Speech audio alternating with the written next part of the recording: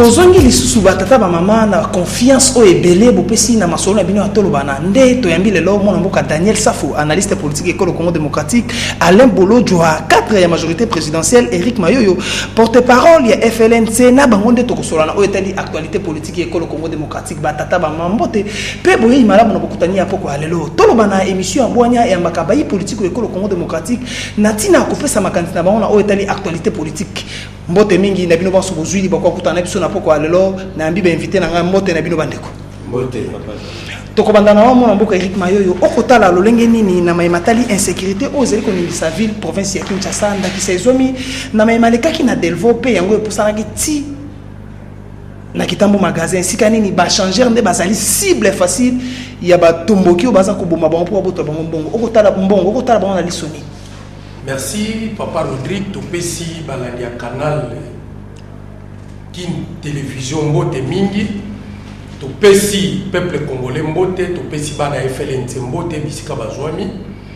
Insécurité na Congo ezali suite ya mauvaise gouvernance ya bandeko bazo kamba mboka bazana maîtrise ya chose publique bazana maîtrise effectif ya la police bazana maîtrise effectif ya ba FARDC yango moni lelo ezo poser problème wana premier volet.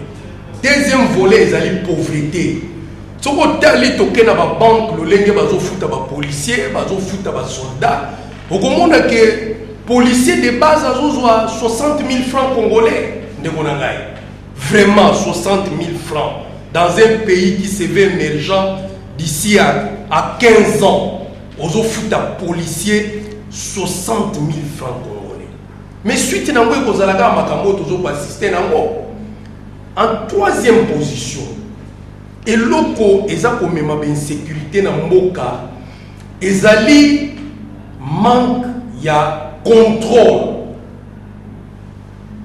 ya ba policier pe ya ba soldat na biso pona nini na lobi yango soko ke na ba camp militaire banda ko ezala ali shoti ba policier ba komo futela na ba cité ba soda ba komo futela na ba cité moya ko contrôler bango ezati ba sombi ba moto na butu ba komo ko tambola ba komo na mutu na sak yaka ba komo na mutu na loko. C'est ça et loko to lobby mauvaise gouvernance ya bande ko na biso bazo kamba mboka.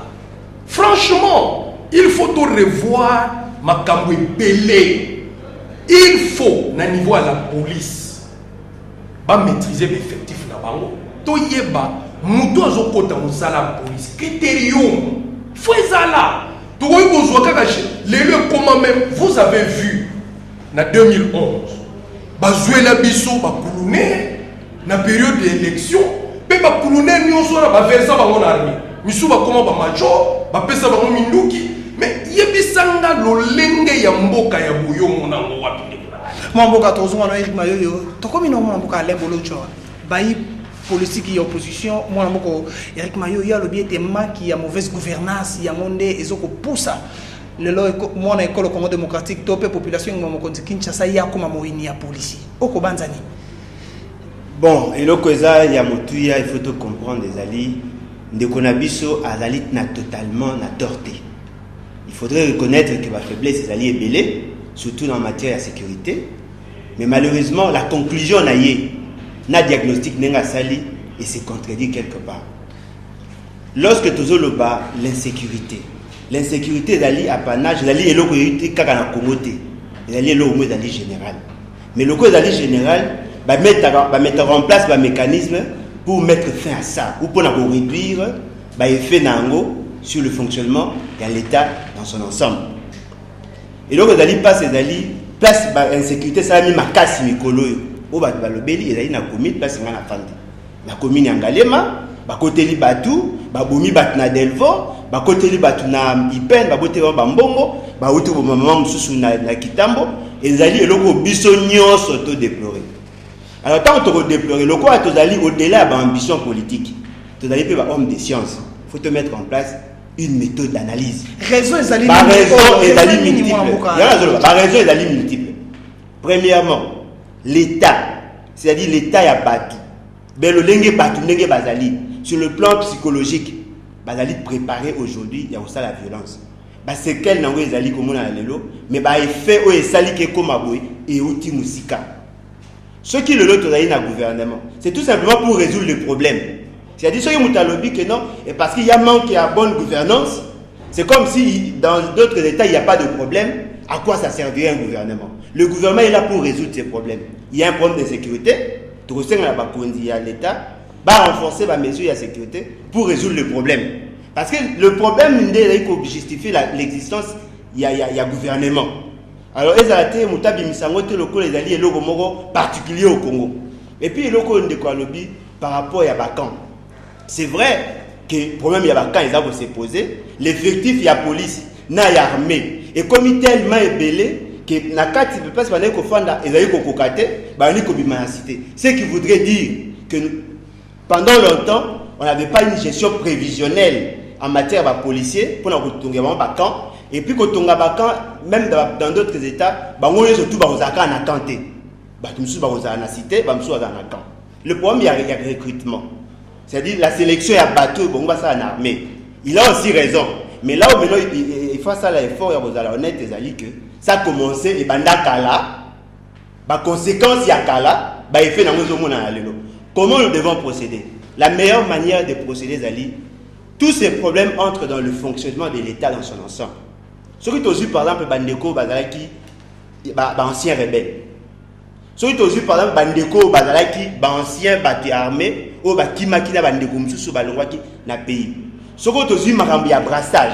Ce qui est aussi, Makambu, ya pillage. Ce qui est aussi, Makambu, ya manque d'emploi. Tous ces problèmes qui constituent aujourd'hui, réseau d'ailleurs ça la insécurité mais ils ont l'origine dans les bandits lotés ils ont l'origine des bandits kala et progressivement tout résoudre. Moi mon cas Daniel Safozali analyste politique école Congo démocratique balobi rôle ya policier ezali ko battre la population na biloko na ye mais comment le lolenge ville ya Kinshasa to pe ngoma mokonzi Kinshasa yango ezinga mina insécurité ndakisa etala misami na commune ya Ngalema okotala masolo na lisu nini nyoso wana ezali défaut pour policier ya futa makamala muté to pe 60 000 francs auto o yazwa ka yango zoko ka été yango ko poser ba acte wana mona mboka Daniel Safu na ki atangu yo ya mbibis na bosengo botondi na motuna na yo men na yambote na zungisa na motuna na yo au présenter biso Robin de Daniel Safu yo za journaliste analyste au présenter de Gonangobi de Gonanga parti les opposition au présenter de Gonangobi azaya ya majorité. Mais ce qu'on a comme qui corrobore les renards à majorité et comme maladie, tout comme inconscience. Ne quoi ou tu koloba awa makambo mutuya na bato bazotala biso babi nde kolobi makambo mutuya. Alors beza manque ya bonne gouvernance. Ce qu'on ndeko yako miko ponaka wa lobi beza malamu, wa beza malamu ponaka qui corrobore les renards. Awa nde to fanda to tika qui corrobore les renards. Ailleurs babengango la flatterie. Et si que ça jeune loba jaune. Il y a l'insécurité à Kinshasa. Il y a la commune à Tangi. Nous avons la commune à Bandal. Insécurité zali. Awa soda autobeta mutulisa si pour la ligue na royal. Na Gombe. Insécurité za partout na ville à Kinshasa.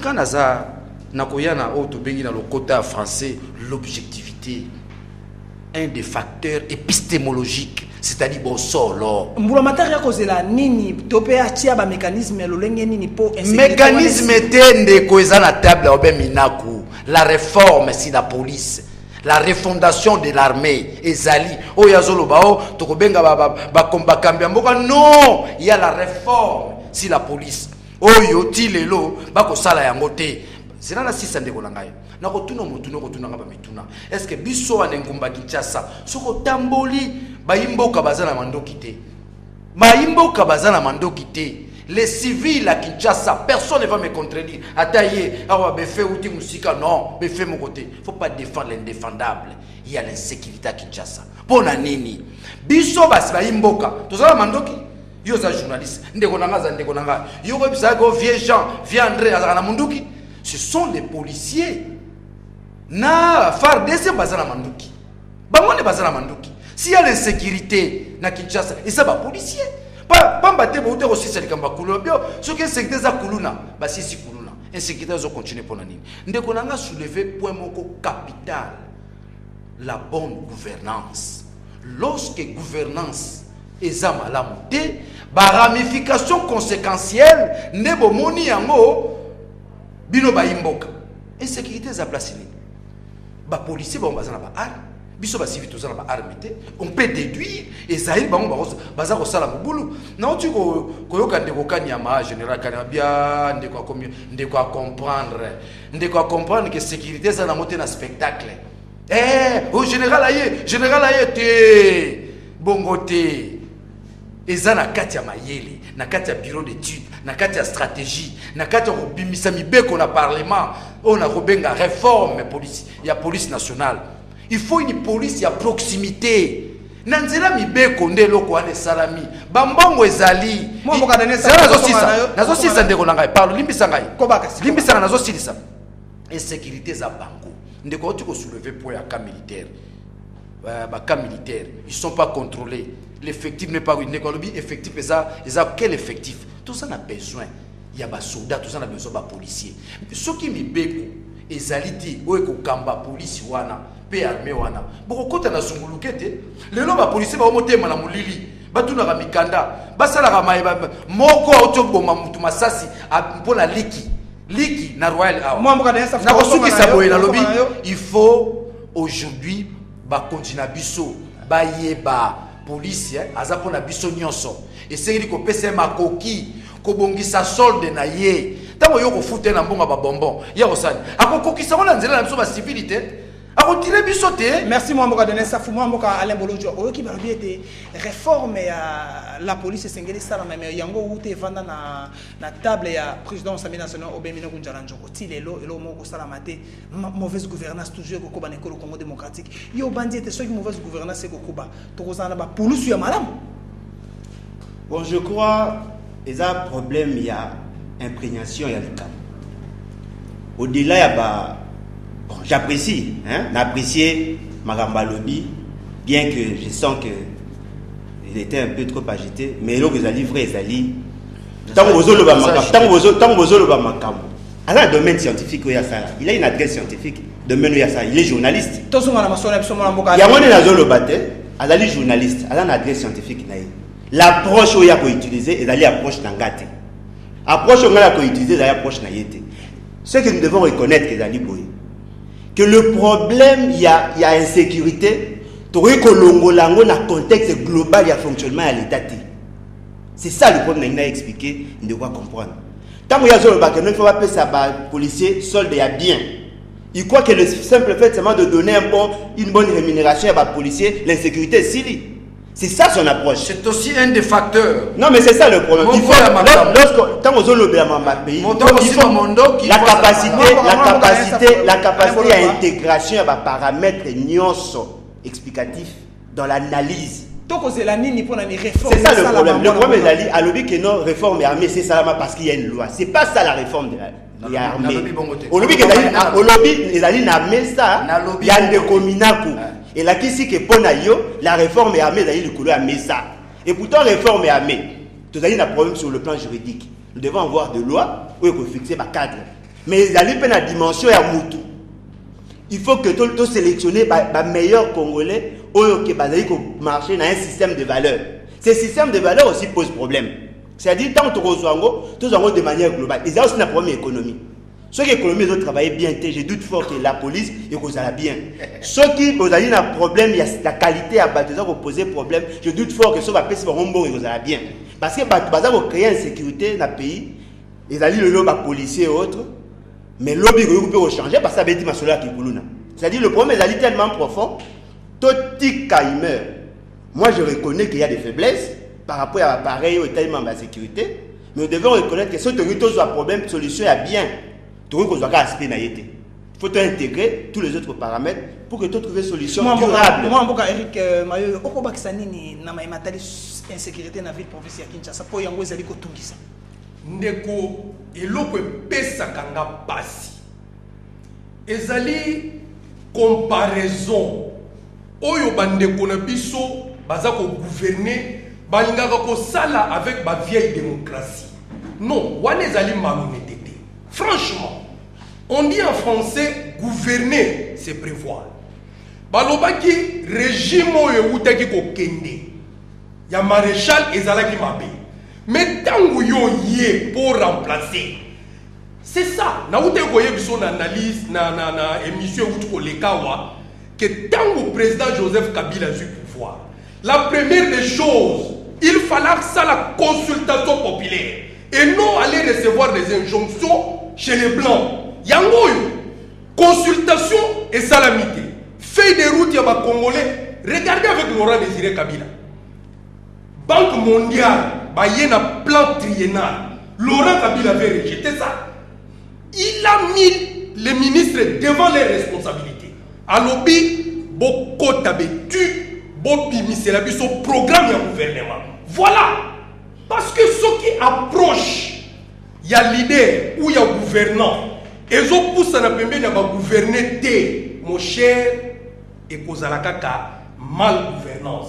À contredire Naïté. C'est le problème d'éthique. Qui ont recruté dans la police dans la FARDC? Papa, nous sommes la seule armée au monde où on n'a plus de généraux, plus de colonels, il n'y a plus de soldats de rang. Basate, Ogolega, mon colonel. Mais tous ces gens-là, Basala, formation. Pour comme lieutenant, il faut qu'il y ait un CI. Moi, tant qu'on a eu le diplôme d'État en 88, Bakanganga na Kenda Ireku. Formation 9 mois. Malheureusement, les centres n'étaient pas prêts. On a dû nous disperser. Je vais vous raconter une histoire, frère. Tozana Kankokolo. Un monsieur sort avec pété à lieutenant. Oh, mon lieutenant.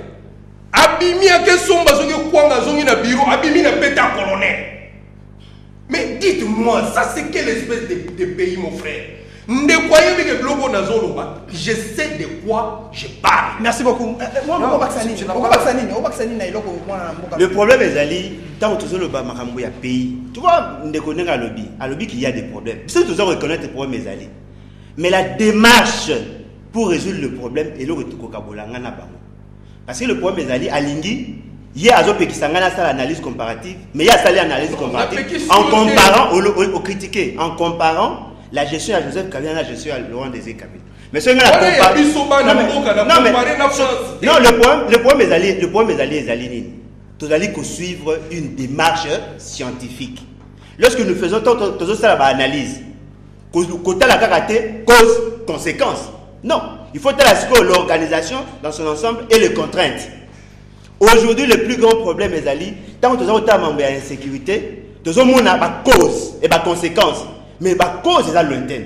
Et on a le dit, la exemple moko simple.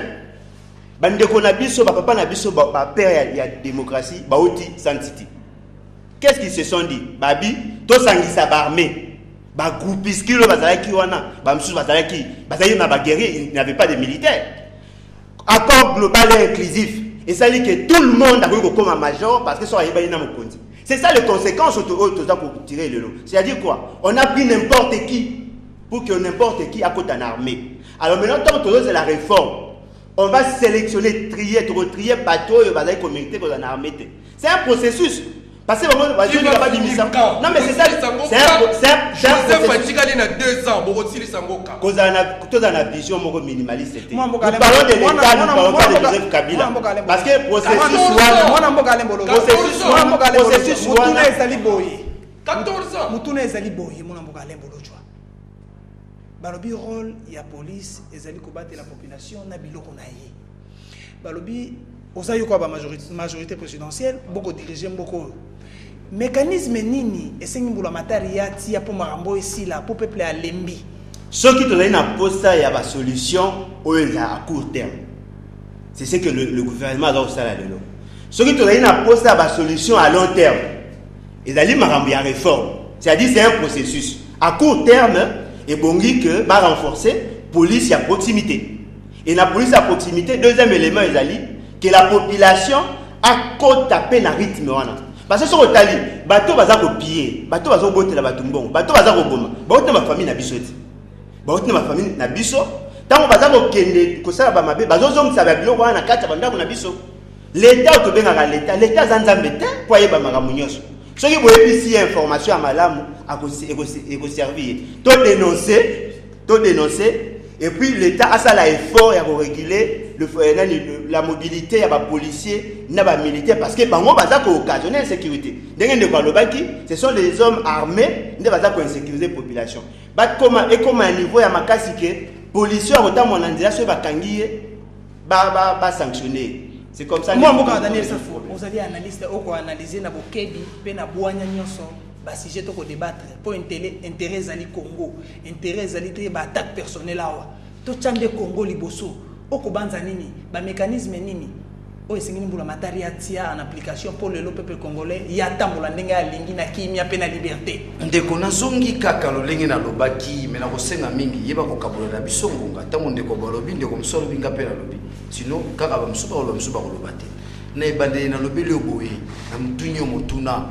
Baimboka bazala manduki te baimboka bazala eloko te bato bazala manduki ezali ba policier na FARDC bangonde baza kosala insécurité wana insécurité c'est biso population te mais si kota to kozonga yo bi mécanisme ni kosala pour insécurité sila c'est simple ndeko ko bimisa pe ma mingi ne nzeza za moko la réforme c'est prévu il faut une réforme, on doit voter des lois sur la police de proximité. Police où est kozala pembeni na ba imboka. Yango balobi na lokoto qui falase la proximité, la police de proximité.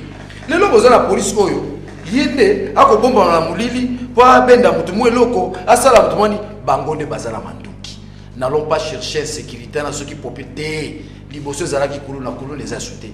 Bala biso bakenda, basusu bakufa, basusu bakima, biso bazongi zongi lobi na zomona bango bala bakomi na bango discipliné. Balingi na bango suma kambo mabete, pa bamuni pamba te, bakomi ko boma biso. Munde bakomi bakulu na. Webi yango ke bamaka bango. Mais likambu ya motu ya lelo, tolo bate na ndenge onga na zala majorité, onga na zala opposition. Tolo balolenge to ko vivre na ba bisika to fandi. Yen ça ne va pas. Banani bazala manduki. Question fondamentale yangwa na motuna otuni motuna no fait banda pe na questionnement banani oyo basimbi manduki eza makambo ya démarche scientifique te nini te eza makambo mayebiso to komona maeza ko salema mais biso lokola tozali batu ya boanya batu ya mayele batu yo tuni motuna nini boni to ko sala po to tozwa solo e yano ya malamu na nzela insécurité na nzela ba komi ko boma batu. Comme on va changer surtout dans la commune à Banda, nous sommes souka. Nous sommes là dans la Banda, Tongo et Bika, ce qu'on dit 20 heures, na robot va changer un bon, sur la question Munduki. Tout est bien. Mais solution est encore ce qu'on appelait police de proximité.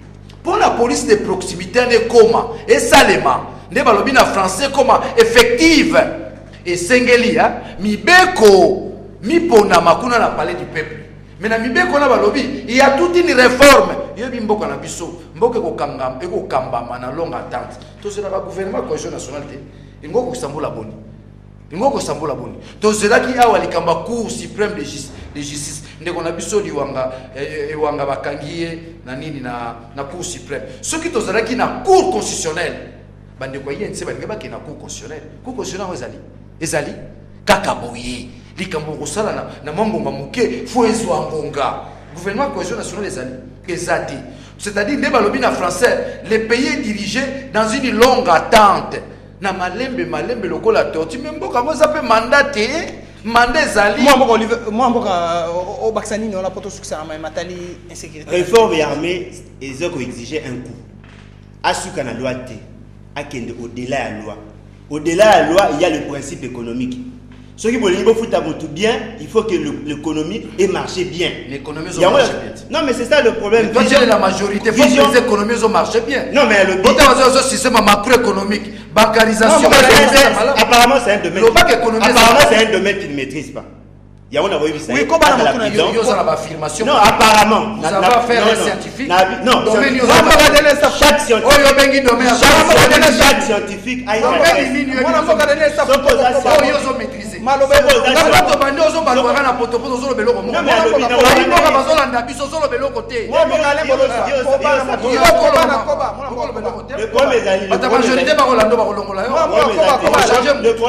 moi je n'ai jamais été vulgaire.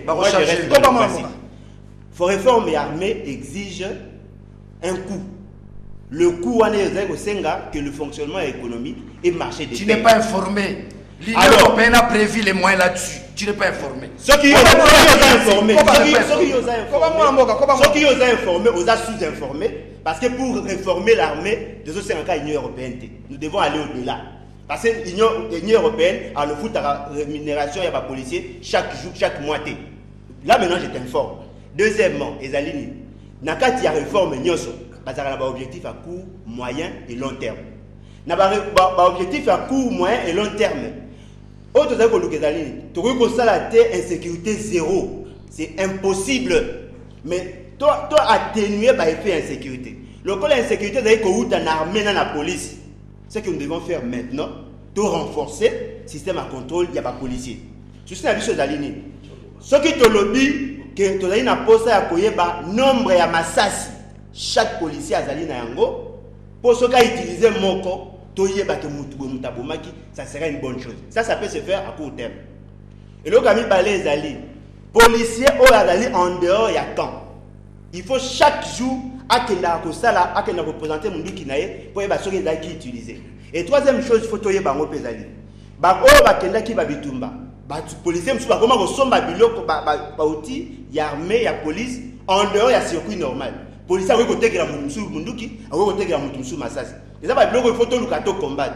Mais le que vous allez dans le domaine il y a magité. C'est tout un processus. Nous devons mettre en place une bonne politique de sécurité et progressivement nous devons réduire les effets. Moi je Baksani Eric Mayo pour tout ça na sijo. Ngana sepeli trop ko yoka na monoko comme majorité que gouvernement ça la comme ça la côté que économie est pas ça c'est trop simpliste parce que non papa mais on dit à l'objet qu'il y a des problèmes mais à l'objet qu'il y a des problèmes tu peux pas engager la majorité moi je suis pas journaliste mais on trouve qu'il y a des moyens seulement à kotonga ba flat il y a des moyens pardon il y a des moyens seulement à détourner kotonga ba flat il y a des moyens kaka ya koluka ba soda Rwanda ba yakawa ko sala ka ba brassage FDLR, mais il n'y a pas de moyens pour réformer la police et l'armée pendant 14 ans de pouvoir. Il y a Joseph Kabila. Merci beaucoup, Mme Mboka. Eric Mayo.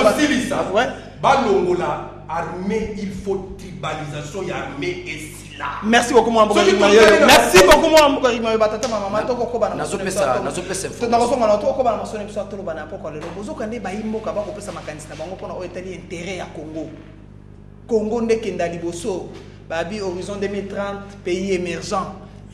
On a pas discours. Moi Mboka Daniel Safou, analyste politique école Congo démocratique. Deuxième sujet na biso pourquoi le Zabonye. Mbulamata riazu mokano. Alobi discussion ezate akosola na mutute na oteli relocalisation ba FDLR. Balongoli bango na fo balongo na est école Congo démocratique bango ba bakite toke na bango na Équateur mambenga pipi libende mais ba yi Équateur batele bi na bopikili ki pempifo balobi te kuna ba kokende te po ba yebi o ba FDLR basala na est école Congo démocratique lelo décision ekweyi esengena bango bakende na province orientale na Kisangani o kotala ngona liso nini pamba te babi est na Rwanda toza musika te mais pour nini mbula matari yazu mokano te bakota Rwanda ba mako lieba suna Kisangani. Merci mwana mboka motuna neza motuna motuya mais na ina fongola moi parenthèse ya muke na lombango mingi pamba te to loba mambo sécurité mwana mboka na si je to utia sécurité okomona to komi komona batu ya tenue civile bako kanga batu soit disant aner partout to komi komona yango to komi komona yango nyoso to nezali insécurité za raté tango ba beti mutu masasi to babomi mutu mais tango moto muninga na moto akomi ko tchena mutungisi ezali pa sécurité bakonza mboka batala nanu nazana kolikia ndeko kanya maochi koloba azo senga collaboration na population akomi ko senga collaboration na population oui eza malamu mais suki ona te basala de musala pamba te soki insécurité ezali ekopesa population kanda na mutema tokobama mboka na matali nazongi na nzela ya matali mwana mboka na lekana ba na makomi pour te koloba même na nzela ya radio ya télévision kopesa solution na likambo yena omoni siko congolais akomi ko koma na oba bengi na civisme engagement citoyen akomi ko yeba ba droit na ye solanda amoni ete bato balongoli na est wana bali ba yela biso gouvernement faut yeba ko coopérer na ko collaborer na ko yoka force interne soki ba yoka biso ba John Kerry ba roya ba Frengol ba roya Attends, la dande komenda oh non, la force interne, la dynamique interne. Yo tata na mama boyo kakape bana. Bino boyo kakabana te. Ata bana ba tomboke biso mela biso tite. Bokomela. Ngai tata bokomela. Soki bobo ishare ko biba. Munduke ko beta te bakamba kamboka bokote. Fo yoka. Ba imboka balobi nini? Ah, na ba imboka balobi lolenge nini to yuko zwa mibeko na biso, lolenge nini to kozwa mikano na biso. Bazwaka mokano kaka bongo te. Tala siko bande kwa proso ya tel baboyi. Mais biso to lobi boyi. Pote likambo ane sila. Ezali bombe likambo ya moke. Ezali likambo seki biso Kongo te. Soki biso Kongo to luki to zwa solution na likambo ena to kokate. To bana kotambola ba province soko balobio balongwe oriental ba ngene ba Congo balongwe ba Congo to kosilisa Congo la ba province likambo eza moko Congo nde atelemisa o ba bengi na côté ya le français la communauté internationale ezali problème ya communauté internationale c'est-à-dire quoi la tango biso toza kolongola bango na sika wana toza pe ko senga communauté internationale Kagame a organiser dialogue inter-rwandais masolo entre Rwandais na Rwandais nanzela masolo wana nde biso to tindikeli bango batuena bon muto ko sesa ça communauté internationale pas baté to banaka ko potala ka bon na province orientale pour quelle solution la vraie solution qu'on organise le dialogue inter-rwandais et loko gouvernement soit ko senga nanzela ya communauté internationale canon international ce qui to yelo ko wana to zi résolution ko wana ozo senga Rwanda lo lenge basenga ki biso accord cadre communauté internationale tasenga ki biso. Merci Daniel. C'est là c'est ça. Communauté internationale basenga. Asenga pe Rwanda. Nanzela masolo ya Rwanda bango na ba Rwanda. Nde c'est automatique. Pendant que bango bazako bongisa milulu na bango pona masolo bango na ba Rwanda. Biso pe toza ko lengela tozongisa bango ba kenanzela masolo wana. Nde ikozala kaka pasi. Mboka alembo. Ba te bazaba Congolais. Bazaba Rwanda. Mboka alebojo. Okotala mona liso nini? Lolenge mbula matari ya zumokano ya ba FDL ba kena province orientale.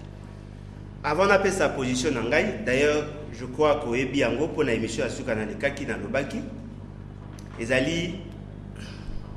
en dehors, il y a, en fait, loin de moi l'idée à vous Moussika Naye, mais démarche Yangoan.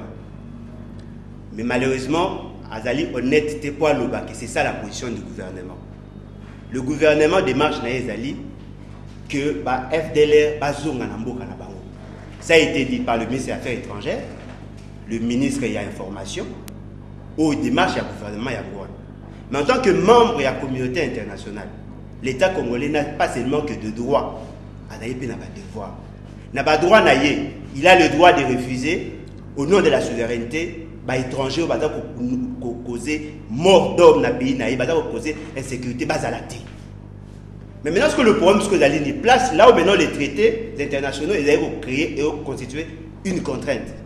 Ce qui l'État congolais a vu FDL, a zongisi bango na Rwanda, sans que la démarche moko ezaki retenue dans le niveau de la communauté internationale, nous risquons d'avoir des problèmes. Moi, je suis contre la localisation, il y a FDLR en dehors, il y a Place Bazali. Parce que nayebi que bateau bazali ko causer insécurité. Mais maintenant le problème c'est quoi? Ça c'est pas au hasard aux décisions, c'est l'État. Ce ne sont pas les individus. L'État a aussi des engagements auprès de la communauté internationale. Bon, au hasard qu'on a décision madame bayebi que la communauté internationale dit que na souka na yango, il faut bazongo. Pour bayebi ça qui ba gouvernement rwandais azwa bango ya boyi.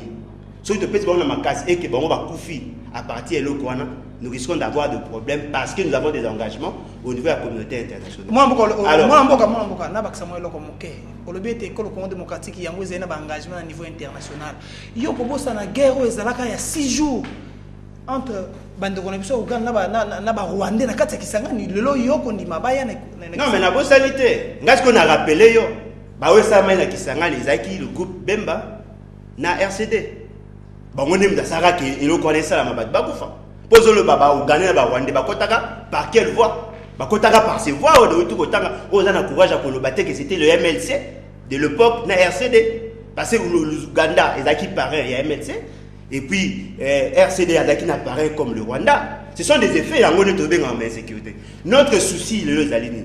Les alliés qui ba FDL base à Namboka na biso parce que nous avons déjà comptabilisé jusque là plus de 6 millions de morts directs. Ça, on comptait pas mort. Mais la démarche, c'est ce que les alignés. Le corps avant de lobby, il faut toujours appeler la communauté internationale. La communauté internationale nous impose, il y a la démarche de délocaliser Bango Tochi, Bango Kuna. Garantie au gouvernement à Kosoa. Parce que quelque part, ce que moi je reproche au gouvernement, les alignés de lobby, nous devons apprendre à communiquer. Ce n'est pas normal que le gouvernement apprenne de position et d'aller figées. Il faut pas tenir compte de paramètres comme ça. Bato atango kenekuna bamboro le peut bazali insécurité peut zali peut kuna mboka wana. Quelles sont les garanties au gouvernement pour zalelo pour et ça la keno baton ba dévier. Bobotel bango minduki. Ba ko ipo bobotel la mutu mususu munduki basali munduki wana. Tout ça la plus pression la communauté internationale tout se désengager na makambo ba FDLR parce que tu veux continuer à comptabiliser ba morté. Mais biso na niveau biso l'élite congolaise to yebake cette démarche il faut la soutenir par tout le monde. Moi, je suis un argument sur le Congo démocratique. Je suis Daniel Safo, analyste politique. Moi, je suis Alain Bolo Djoua, il y a majorité. Pour l'intérêt à Congo. Il y a vraiment analyse approfondie dans le FDLR. Comment je suis ce qui te remonté dans le dossier de Tingi. Vous voyez que le FDLR bakota na mboka na biso en qualité de réfugié. Communauté internationale ba yana bango ko bazalaki ba réfugié ba kimaka guerre na Rwanda. Pe ba localiser ki bango wapi na tingitingi. Mais tangu afde oyo eyaki ko bebisa vraiment ba corps ya Rwanda na Lemera bazoya. Il y a des gens dans ce gouvernement ici qui se sont attaqués na ba FDLR ba boma bango. Tout le monde a commission ya Emma Bonina et Yawa. Aldo Ayelo a Yawa. Na ba tiroir ya Nations Unies bazali na ba rapport wana. Ne mission na wutu ko sala na yo. Na tuna kyo est-ce que ba FDLR bazo la kisabiso lelo. Et ça réellement ba oyo ba kotaka lokola ba réfugié. On a problème. Sikoyo ba oyo ba descendant ya ba oyo wana bazalaki massacré na tingi na yebi makambo na zolo na 96 papa mais ba se révolté yango moni ba boyi ba kende na ba centre wana au risque même que l'obito ya koyoka ke bazika ki na kati ya kawana. Comment un gouvernement responsable toyoka ka porte-parole nous sommes un état souverain mais lorsqu'il y a des criminels sur votre sol vous êtes incapable. Il y a une souveraineté. Mais moi je dis, communauté internationale, ce qui a une solution, il y a Rwanda des forces. Il n'y a pas supplié, oh, ce qui va koufi. Et les 10 millions de morts va koufi depuis Joseph Kabila est au pouvoir. N'a pas justifié. Rwanda, communauté internationale, non. C'est malhonnête. Bazo va pas que le Kotika va na kana chose. Nations Unies bazana ba kan na bango ebele basala na est na ba base na bango toujours ba FDLR to ke no kotika bango kuna ceux qui ba ko enrôler bango comme ba soldat Nations Unies ou bien ba luka zone franche. Encore une autre solution. On peut créer une zone franche dans un pays quelconque comme bazana statut ya ba réfugié ba memi bango mubimba on va les déposer là-bas. Je vous ai révélé ici le jeudi que Tangu Roubero a vice-président na défense et sécurité. Communauté internationale va compter réunion na Rubero pour dire que au cas où tu as la possibilité de besoin de savoir FDLR na Rwanda te épargner bango na Congo. C'est ça la démarche que le gouvernement veut faire. Maintenant bana mboka lokola ba komi veiller, ba komi ko boya. Voilà les porte-parole qui commencent à menacer la population. Merci. Population boya merci beaucoup on va menacer tout vivre dans les criminels. Ça c'est irresponsable. Merci beaucoup. C'est ça la mauvaise gouvernance. Daniel Safo. Toko ba na suka masone biso poko anelo ya tolo bana bayimboka ba kolanda bino. Boko pesa makanisi kitoko pona botumba mi ekolo Congo démocratique. Opposition politique école Congo démocratique il y a télémi na matériel révision constitutionnelle. Bayi majorité PPRD pour révision constitution. Yoko ya parti ya majorité MCR ya sali point de poste abete ba cause la tata mo continuer à sa position si ma bango peut batali sa position na bango pe sengeli état major na sur la majorité ba vanda ba solo na matali constitution ya mboka Congo démocratique okubanzani ndeko na zalaki nazwaki libakwa koya na point de presse ya MSRT soki na zalaki ni oza malamu mingi na Nicolo MSR eza Kabila le fondateur ou achaba moyen na ba kosote c'est Kabila Nicolo MSR j'assume likambo na zoloba c'est Kabila sikoyo yo tuninga motuna opposition ba boyi ba réviser constitution majorité ba lobby ba neni PPR na lobby ba réviser ba msusu ba parti msusu na kata majorité ba boyi mais eza des autres moi mboka Richard Mouyeji a lobby était koleka na voie référendum non nous surtout les ba spéculation de konangai ngai lelo en tant qu'analyste na ko argumenter autour ya spéculation parce que ça na ba voix oyo et ko kumba biso na kati ya ko réviser constitution soit yé moko mokonzi mboka soit population à 5 ba réviser constitution soit les deux chambres soit tu on a ba lobité batu bocha bisoka lobili bisanga za individu hein naza respect pas naza professeur iko sala bisoni isa ba spéculation mouye jaloba sont des spéculations peuple a telemingi a cause la bango peuple congolais a cause la bango bakosi peuple a cause la nani oyo a côté le mapona réviser constitution isa Kabila isa parlement tu es nani peuple a cause la yo ki bateli balobeli yango bako meka bako intimider babenga ngo na biso bala kisasa babenga ngo ndeti kaka bamfuka te batu bafongoli misu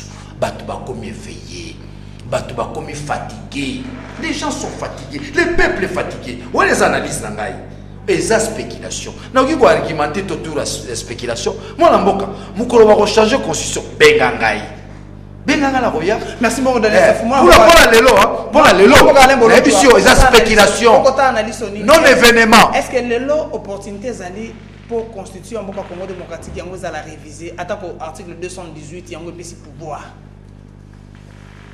la constitution ezali un document oyo batu ba élabora pour créer cadre moro fonctionnel il y a l'état. Soki tobito ke na origine ya constitution toza yango ya 2006 ezali ba ancien belligérant nde bakendaki na Santiti ba na constitution ya 2003 à partir de la constitution ya 2003 basali constitution ya 2006 bato ba ebingai depuis constitution n'est passé à un référendum na combattant toujours attaque aux la majorité présidentielle te na lobby j'ai toujours combattu cette constitution j'ai été arrêté tabassé pour na boya la constitution attaque aux la majorité voilà comme la majorité te na lobby depuis bima constitution j'ai combattu cette constitution bon le long parce que pour nangai mon tour ezali boya mbolochwa opportunité zali pour na réviser constitution l'opportunité ezalaka déjà depuis le départ depuis Santiti l'opportunité à modifier constitution ezalaka parce que premièrement ce que exposé des motifs la philosophie ezali reprise ezali philosophie ya belligérant o ngai na monaka yango na accepter yango tout simplement parce que la majorité de la population bandimaki en tant que républicain j'ai accepté mais na souffrir dans la constitution parce que na mona yango eza attaché na ba faiblesse ebele ceux qui va modifier yango na ba disposition o dérangeaka ngai je serai très content. Na pese exemple moko simple. Na kati ya ba belligérant, na kati ya constitution, balobi na biso parmi le plus grand problème, il y avait un problème de légitimité. Balobi na biso il y a un problème de tribalisme, régionalisme, clientélisme et autres, où ils avaient corrigé le fonctionnement de l'État. Mais na kati ya ba mesure où bazwa na constitution au commun il y a beaucoup de contradictions. Pour aujourd'hui vous savez diagnostic il y a bien mais thérapie si vous proposez la ligne contradictoire à thérapie na diagnostic voilà pourquoi moi il dit qu'ils allaient dans la faiblesse. Alors par rapport à la modification à l'élo ce qui va modifier par exemple la représentativité au sein du gouvernement, un gouvernement qui a 44 personnes, la province de l'Équateur qui a 36 membres, la province de l'Équateur est représentée par un seul individu. C'est ça la représentativité. Mais on n'a pas tenu compte du poids politique, du poids démographique, du poids géographique, il n'y a pas de problème. Voilà pourquoi moi je dis, nous devons être sincères. Si nous voulons résoudre le problème du tribalisme, on doit revoir cette constitution. Si nous voulons résoudre le problème, il y a nationalité, nous devons revoir cette constitution. C'est-à-dire, moi je suis pour la révision constitutionnelle. Démarche. de la carte de majorité présidentielle. Le PPRD a pris position, à la d'accord, comme mon gars, individu, je prends position, je suis pour la révision constitutionnelle. L'opportunité. Majorité non, c'est position. Non, majorité non, c'est décidé parce que majorité c'est une organisation. C'est une organisation. Moutou a l'habilité à engager majorité, c'est le secrétaire général et l'autorité morale. Parce qu'elle a composé dans ma partie. Le PPRD a pris position pour la révision constitutionnelle. Moi, Alain Bolodja, je prends position pour certaines dispositions pour la révision constitutionnelle. Mais ceux qui la majorité prend des positions, on va maintenant voir le pour et le contre. Et là, on a dit, on a reproché à la population que la révision constitutionnelle, c'est anticonstitutionnel. Tout le monde est menacé parce que la population, la population a boyi yango, Moutoumora a jugé la population, parce que l'article 5 donne à la population le droit. Il y a aucun. Si on a dit même organisation, ça s'intéresse.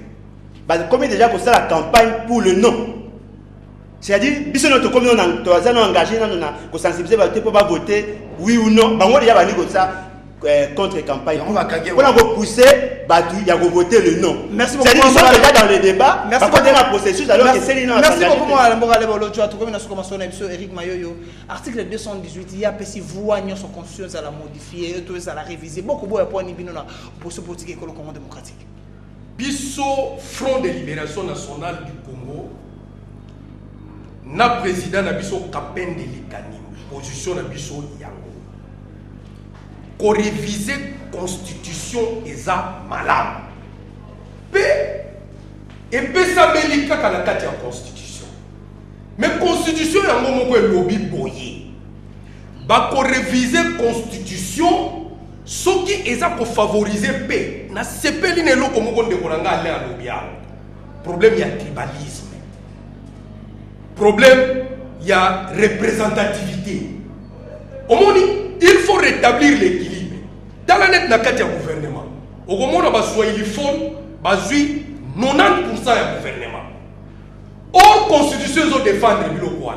Ce qu'ils allaient par rapport à favoriser la paix, la tranquillité, l'émergence de Mboka, Bisso Front de Libération Nationale du Congo, tu peux applaudir. Mais yoka là où les bas blessent. Ils sont contre révision de la constitution parce que Tolingi Kakate va revoir non. Là où les bas blessent, tu vas payer ses positions. On l'a dit de Komina.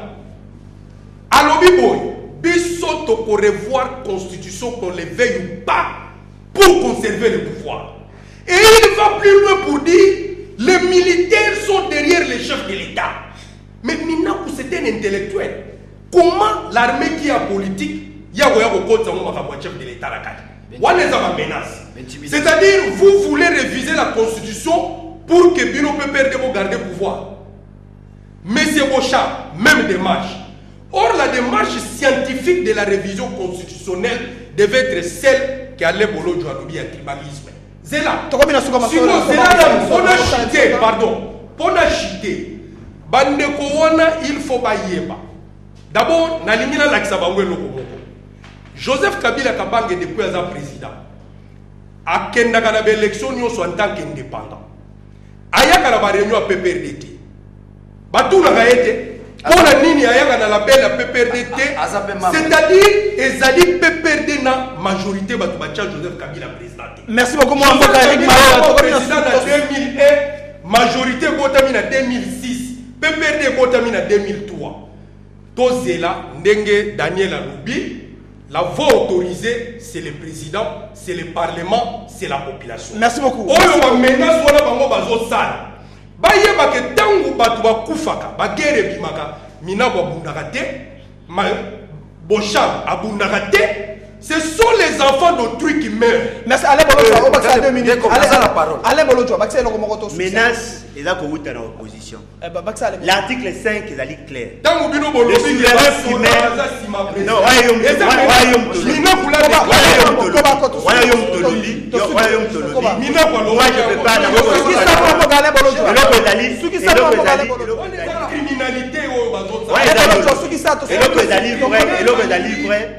seul moyen à jauger la position de la population par devoir référendaire. Référendum, il y a 2006.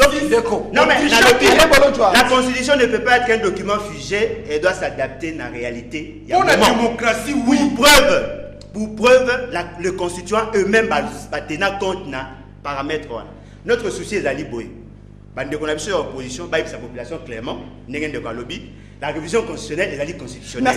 Sauf qui puisse te proposer révision constitutionnelle. Population à boy. Eza soni so bakena référendum sa population tous en mbongo te c'est l'argument y ont to changer constitution eza sala ba ngai na ba ko fabriquer ba bulletin référendum ba imboka ba kolanda biso ba imboka ba kolanda biso ba imboka ba lobi boya eza obi porte parole ba imboka eza je viens avec qui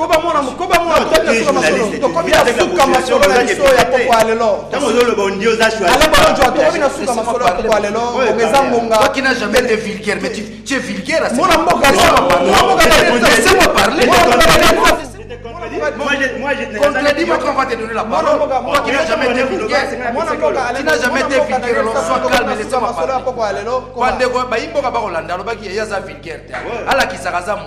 Bon, dans le Biboya, population, débat de Rosala, et à l'opposition, et à la majorité, et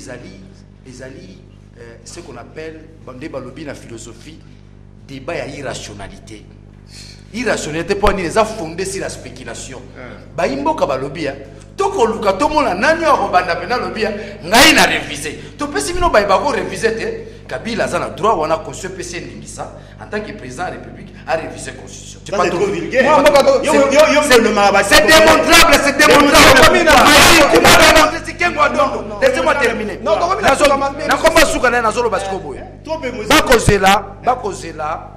Les loyaux, se prononcer si la révision constitutionnelle. Se prononcer. Merci beaucoup.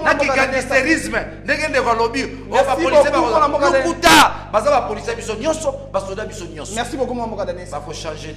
Ça y est, ma femme a été belé, vous savez, étant donné que pour que l'on a massonné, bien à Tolobana, qui va imboka bango, va passer ma candidature, on a été l'actualité politique et le Congo démocratique, peut être qu'il solo insécurité, au Zingi, et Ngoma Mokondi, Kinshasa, révision constitutionnelle, ma solo à relocalisation, il y avait FDLR dans la province orientale. Ceux qui vont se payer, merci Mingi Anthony Moubi, merci Narodi Louadio, merci Nagim Poutou, Mbote Mingi na Florent Taban, la Congo Brazzaville, Pena Mobali na Petro Kabolamawa, na Libota qui simbango image, au bateau couvre sa maman na bango, qui met encore dans un bota. Nos condoléances.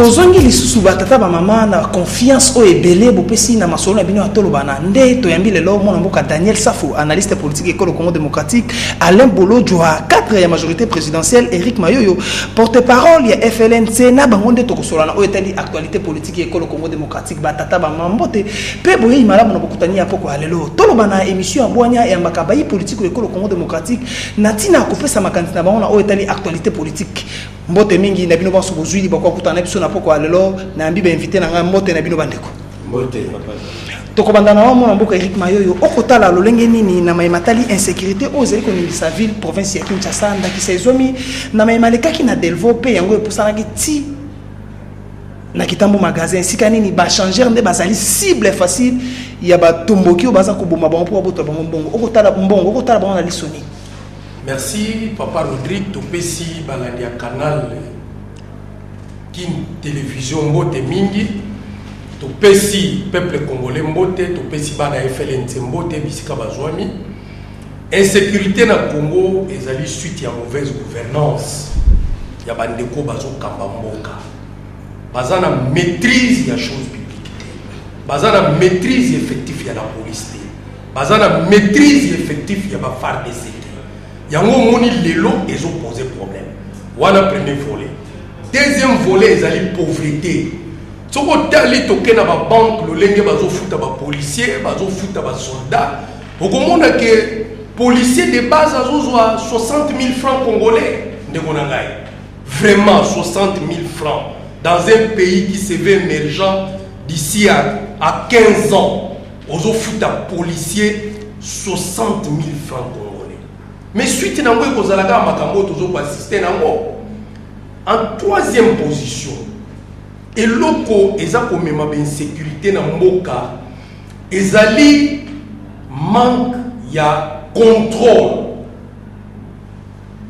ya ba policier pe ya ba soldat na biso pona nini na lobi yango soko ke na ba camp militaire banda kozala aliso ba policier ba komo futela na ba cité ba soldat ba komo futela na ba cité moya ko contrôler bango ezate ba sombi ba moto na butu ba komo ko tambola ba komo na mutu na sak yaka ba komo na mutu na loko c'est ça et loko to lobby mauvaise gouvernance ya bande konabiso bazo kamba mboka.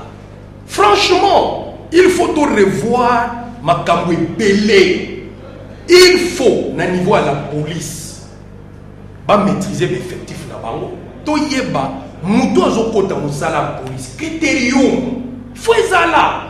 To koyi kozwa kaka lelo comment même vous avez vu na 2011 bazwela biso ba kulune na période d'élection pe ba colonel nyonso na ba versa ba ngona armée misu ba koma ba major ba pesa ba minduki mais yebisanga lolenge ya mboka ya buyo na ngo wapi de mboka tozonga na Eric Mayoyo to komi no mboka Alain Bolojo bayi politique ya opposition mwana moko Eric Mayoyo ya lobi ete maki ya mauvaise gouvernance ya monde ezoko poussa lelo mwana école Congo démocratique topé population ngoma konzi Kinshasa ya koma moini ya policier oko banzani.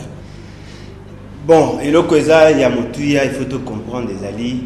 Ndekonabiso azali na totalement na torté. Il faudrait reconnaître que la faiblesse des alliés est belée, surtout en matière de sécurité. Mais malheureusement, la conclusion n'a yé, na diagnostic n'enga sali et c'est contredit quelque part. Lorsque tu zoloba l'insécurité, l'insécurité d'ali apanage, d'ali est l'eau qui kaka na komote, d'ali est l'eau d'ali général. Mais le cause d'ali général va mettre en place un mécanisme pour mettre fin à ça ou pour réduire l'effet nango sur le fonctionnement de l'État dans son ensemble. Et donc, vous passe place l'insécurité, ça a mis ma casse mikolo. Au bas de l'obéli, il y a une commune, place dans la fente. La commune en Galema, ba côté li batou, ba bomi bat na Delvo, ba côté li batou na Ipen, ba bote ba mbongo, ba outu bo maman mususu na Kitambo, et zali eloko biso nyonso to déplorer.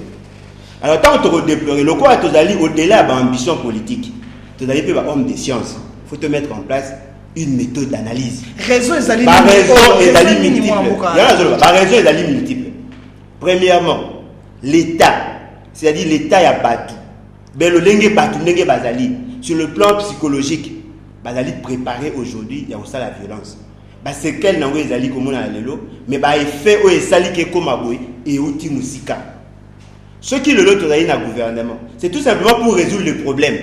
C'est-à-dire ceux qui ont lobby que non, et parce qu'il y a manque à bonne gouvernance, c'est comme si dans d'autres États il n'y a pas de problème.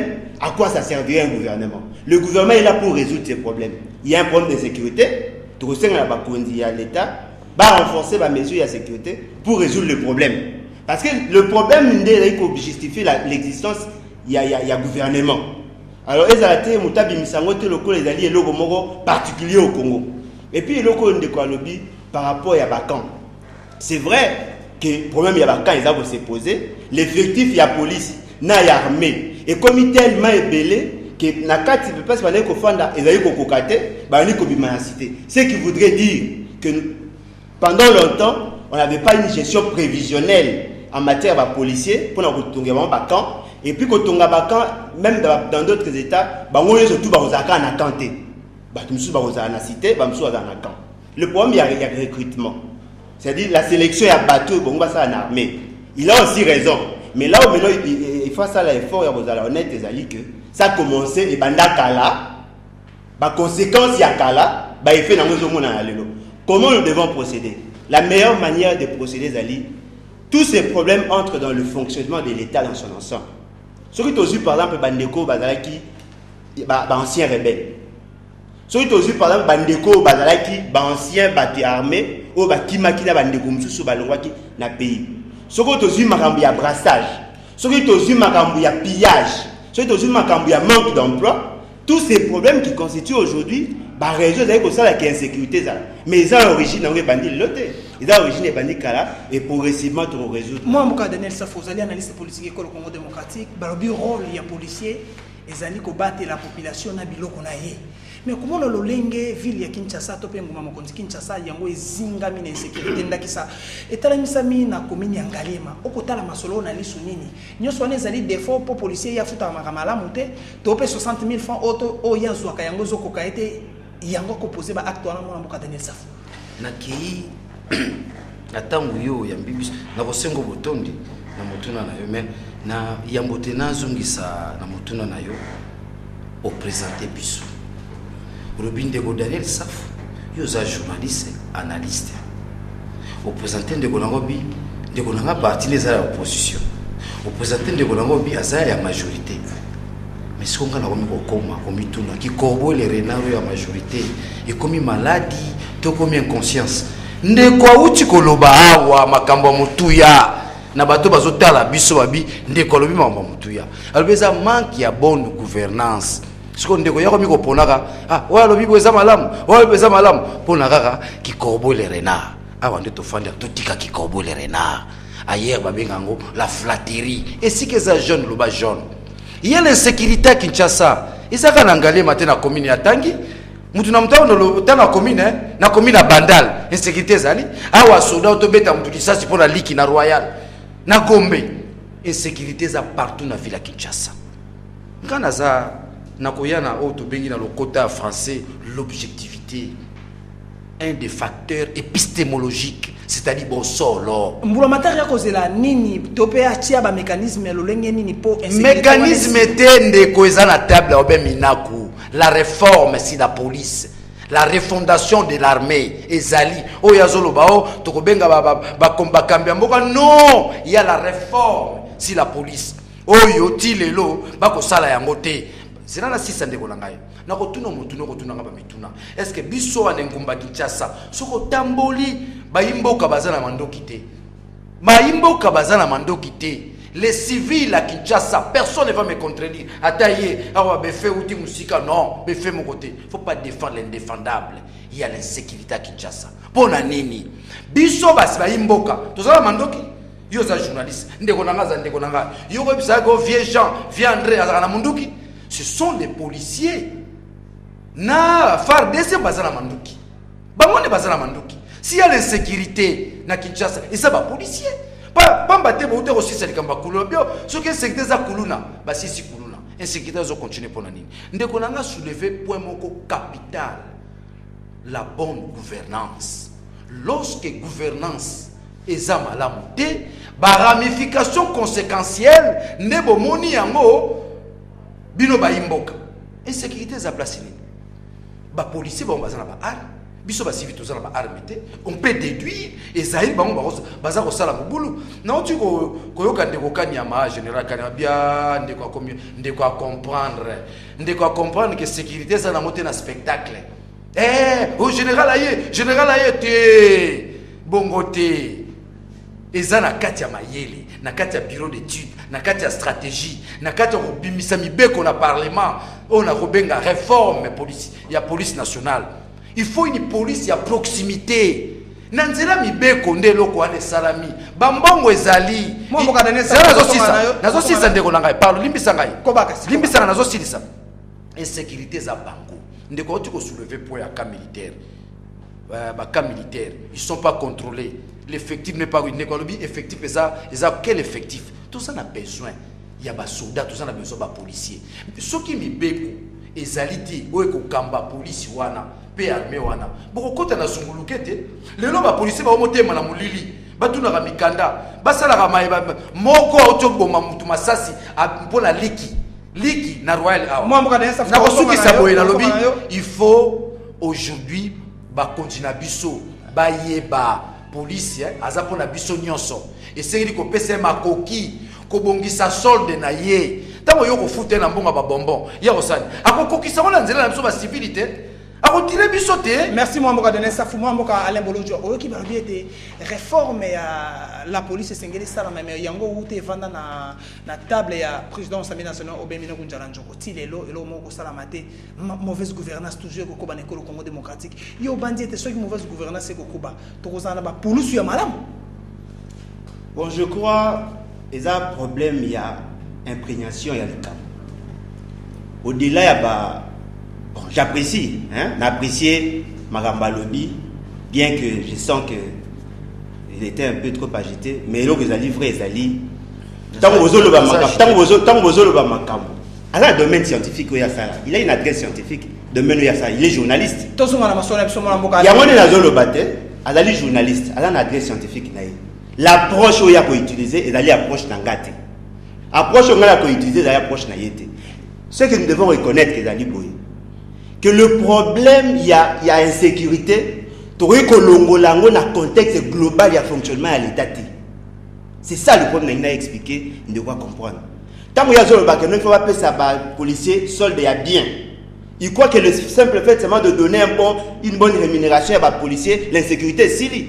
C'est ça son approche. C'est aussi un des facteurs. Non, mais c'est ça le problème. Il faut, tant aux autres pays, la capacité à intégration à paramètres explicatifs dans l'analyse. C'est ça le problème. Le problème est à l'objet que nos réformes armées, c'est ça parce qu'il y a une loi. C'est pas ça la réforme de l'armée.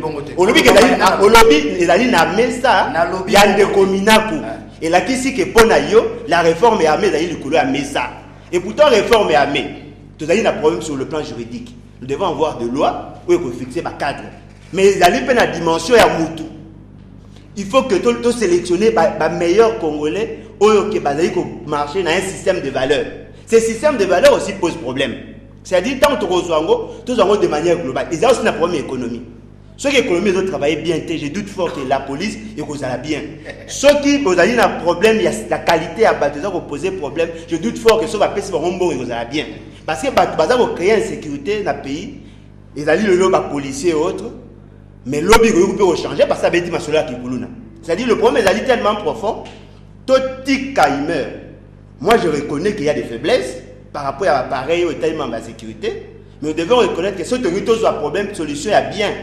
Il faut intégrer tous les autres paramètres pour que tu trouves une solution durable. Moi, Eric Mayo, pourquoi tu insécurité dans la ville province de Kinshasa pour yango ezali ko tungisa ndeko eloko pesa kanga basi ezali comparaison oyo bandeko na biso baza ko gouverner balingaka ko sala avec ba vieille démocratie non wana ezali malhonnêteté.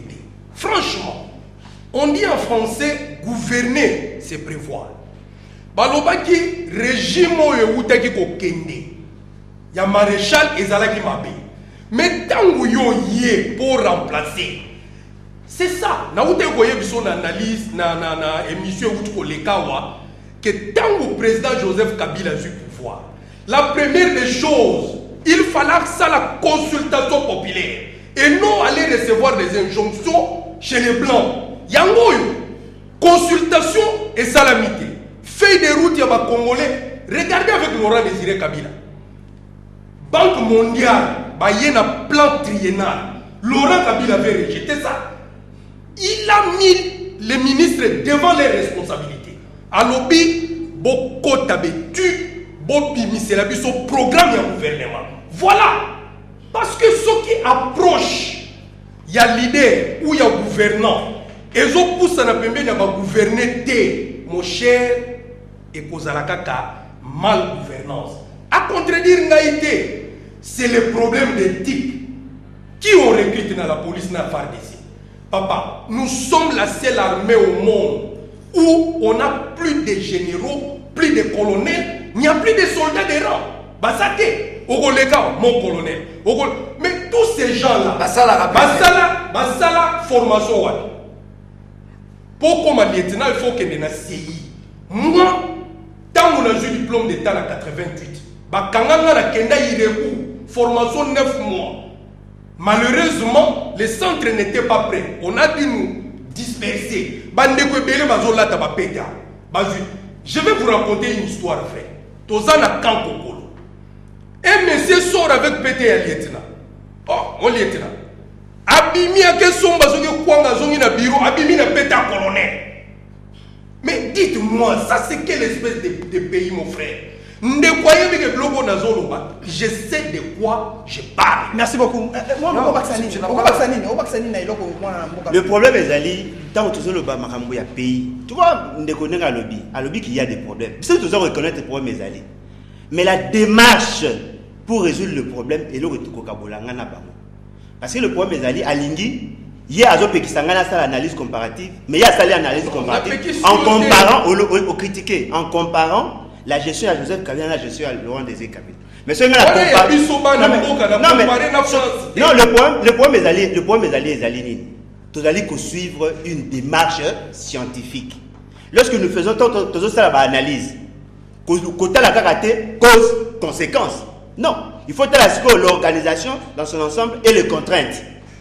Aujourd'hui, le plus grand problème est allé tant que nous avons une insécurité, nous avons une cause et une conséquence.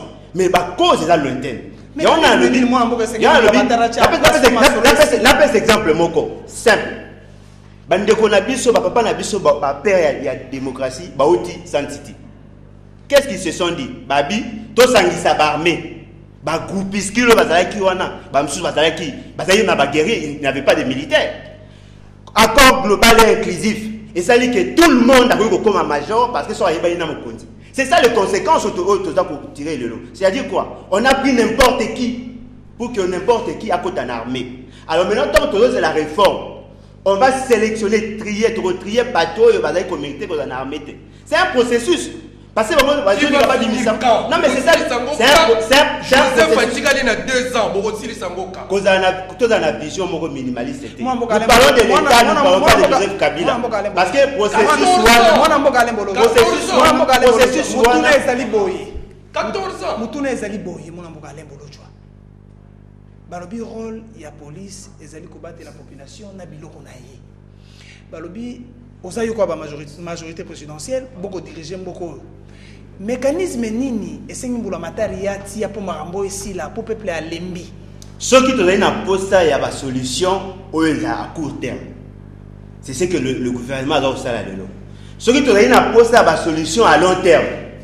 Et d'aller à réforme. C'est-à-dire c'est un processus. À court terme, et bon que va renforcer police à proximité. Et la police à proximité, deuxième élément est que la population a côté taper dans rythme. Parce que sur le tali, bateau va copier, bateau va botter la batumbon, bateau va roboma, bateau ma famille na bisoti. Bateau ma famille na biso. Tant que bateau kende ko sala ba mabe, bateau zom sa ba biloko na kata banda na biso. L'État to benga l'État zanzambe te pour yeba makambo nyonso. Ce qui vous ici information à malamu à servir. Tout dénoncer et puis l'État a ça l'effort à réguler la mobilité à les policiers, les militaires parce que bango baza ko occasionner insécurité. Ndenge de balobaki, ce sont les hommes armés qui baza ko insécuriser la population. Comme à niveau ya makasi que policiers autant mon andia so ba kangiye ba sanctionner. C'est comme ça. Moi, je Daniel Safo, vous allez analyser, vous analyser na bokebi, pe na boanya nyonso, ba sujet to débattre pour intérêt zali Congo, intérêt zali tri ba attaque personnelle awa. To tchande Congo liboso, oko banza nini, ba mécanisme nini. O esengini mbula matari ya tia en application pour le peuple congolais, ya tambola ndenga lingi na kimia pe na liberté. Ndeko na zongi kaka lolenge na lobaki, mena ko senga mingi, yeba ko kabola na biso ngonga, tango ndeko balobi ndeko msolo binga pe na lobi. Sinon kaka ba msuba ko lobate. Na ebande na lobeli oboye, na mtunyo motuna, ba imboka bazala manduki te. Ba imboka bazala eloko te. Bato bazala manduki ezali ba policier na FARDC. Bangonde baza ko sala insécurité wana. Insécurité c'est biso population te. Mais si vous avez un mécanisme de ça la police sécurité ici là, c'est simple. De quoi vous bimisa pe ma mingi ne nzeza moko la réforme. C'est prévu. Il faut une réforme, on doit voter des lois sur la police de proximité. Police où kozala pembeni na ba imboka. Yango balobi na lokoto qui falase la proximité, la police de proximité. Les locaux la police oyo yende akobomba na mulili po benda mutu mu eloko asala mutu mani bangonde bazala manduki. N'allons pas chercher sécurité na ceux qui propriété liboso zalaki kulu les insulter. Ba la biso bakenda basusu bakufa basusu bakima bisusu bazongi zongi lobi na zomona bango bana bakomi na bango discipliné balingi na bango suma kambo mabete pa bamuni pamba te bakomi ko boma biso munde bakomi bakuluna webi yango ke bamaka bango mais likambu ya motu ya lelo tolo bate na ndenge onga na zala majorité onga na zala opposition tolo balolenge to ko vivre na babisika to fandi yen ça ne va pas banani bazana manduki. Question fondamentale ya moi. Na motuna otuni, motuna no fait banda pe na questionnement. Banani oyo basimbi manduki. Eza makambo ya démarche scientifique te nini te. Eza makambo mayebiso to komona, maeza ko salema. Mais biso lokola tuzali, batu ya boanya, batu ya mayele, batu yo tuni motuna, nini boni to ko sala po te tozwa solo e yano. Ya malamu na nzela insécurité. Na nzela ba komi ko boma batu. Comme on va changer surtout na commune à Banda, nous sommes souka. Nous sommes là dans la Banda, tongo ebika, ce comme il 20h, na robot va changer bon, sur la kisi munduki. Tout est bien. Mais solution est beaucoup. Ce qu'on appelait police de proximité. Pour la police de proximité, on est comment et salema. Ne balobi na français comment effective et sengeli mi beko mi pona makuna na palais du peuple. Mais na mibeko na balobi, il y a toute une réforme. Yebi mboko na biso, mboke ko kangam, eko kambama na longue attente. To c'est la gouvernement cohésion nationale te. Ngo ko sambola boni. Ngo ko sambola boni. To c'est là qui a wali kamba cour suprême de justice. Ndeko na biso liwanga wanga bakangiye na nini na cour suprême. Ce qui to c'est là qui na cour constitutionnelle. Bande ko yense ba ngeba ki na cour constitutionnelle. Cour constitutionnelle ezali kakaboye. Likambo kosala na mambonga muke fo ezwa ngonga gouvernement cohésion nationale ezati c'est-à-dire ne balobi na français les pays dirigés dans une longue attente na malembe lokola torti même mboka ngo zape mandate mandat ezali moi mboka au Baksanini on a poto succès à matali insécurité réforme armée ezoko exiger un coup asuka na loi te akende au-delà de la loi au-delà de la loi il y a le principe économique. Ce qui veut dire bien, il faut que l'économie ait marché bien. L'économie a marché bien. Non, mais c'est ça le problème. Quand il y a la majorité, il faut que les économies ont marché bien. Non, mais le un système macroéconomique, bancarisation. Apparemment, c'est un domaine. Apparemment, c'est un domaine qu'il ne maîtrise pas. Il y a oui, comment affirmation. Non, apparemment. Ça va faire un scientifique. Non, chaque scientifique a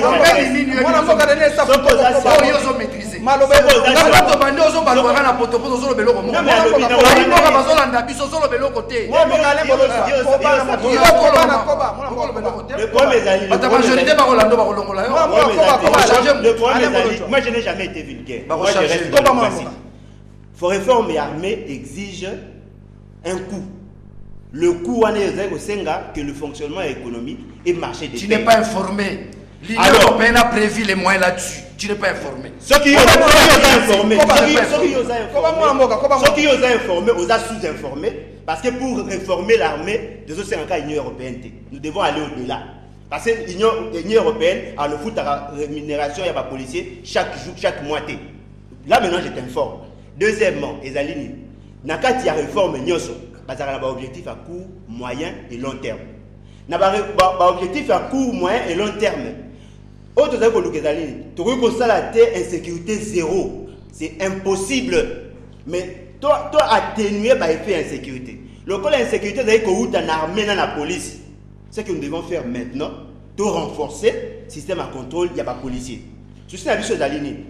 Ce qui te lobby que tu as une poste à koyeba nombre ya masasi chaque policier azali na yango pour ce cas utiliser moko toyeba que mutabomaki ça serait une bonne chose. Ça peut se faire à court terme.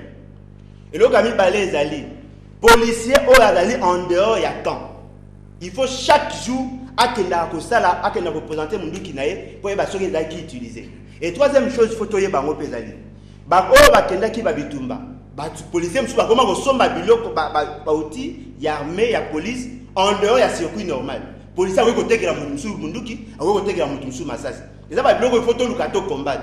Mais eloko ezali dans le domaine ya magité. C'est tout un processus. Nous devons mettre en place une bonne politique de sécurité et progressivement nous devons réduire par effet. Moi mboko baksani Eric Mayo poto sisa na sijo. Ngana sepeli trop ko yoka na monoko de majorité que gouvernement ça la musala na ngote que économie est vandalisée. Ça c'est trop simpliste. Parce que non papa, mais on dit à l'objet qu'il y a des problèmes. Mais à l'objet qu'il y a des problèmes. On ne peut pas engager la majorité.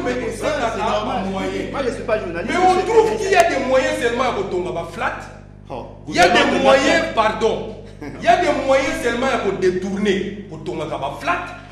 Il y a des moyens kaka ya koluka ba soda Rwanda ba yakawa ko sala ka ba brassage ba FDLR, mais il n'y a pas de moyens pour réformer la police et l'armée pendant 14 ans de pouvoir. Il y a Joseph Kabila. Merci beaucoup mon amboka Eric Mayo.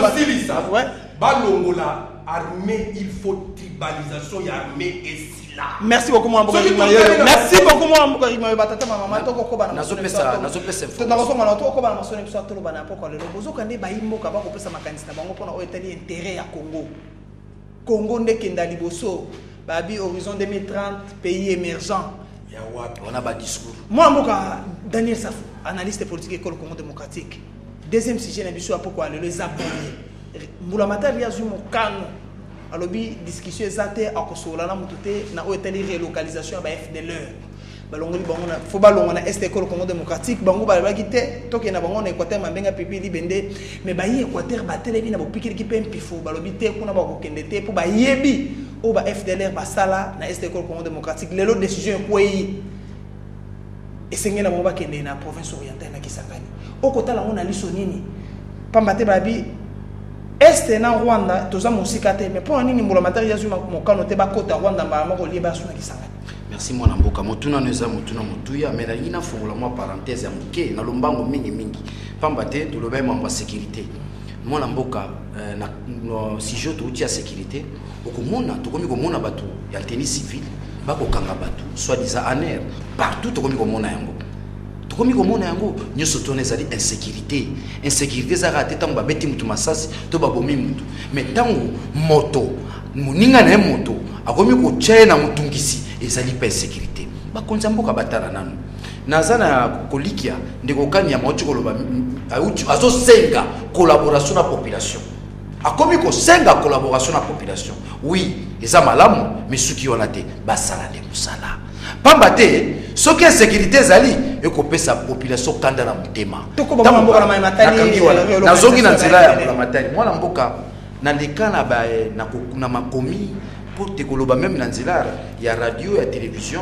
kopesa solution na likambo yena omoni siko congolais akomi ko koma na oba bengi na civisme engagement citoyen akomi ko yeba ba droit na ye solanda amoni ete bato balongoli na est wala bali ba yela biso gouvernement faut yeba ko coopérer na ko collaborer na ko yoka force interne soki ba yoka biso ba John Kerry ba roya ba Frengol ba roya ato la ndande komenda non la force interne, la dynamique interne. Yo tata na mama boyoka kape bana. Bino boyoka kabana te. Ata bana batomboke bizo mela sotite. Bokomela. Ngai tata bokomela. Soki bobo ishare ko biba. Munduke ko beta te bakamba kamboka bokote. Fo yoka. Bayimboka balobi nini? Na bayimboka balobi lolenge nini to yuko zwa mibeko na biso, lolenge nini to kozwa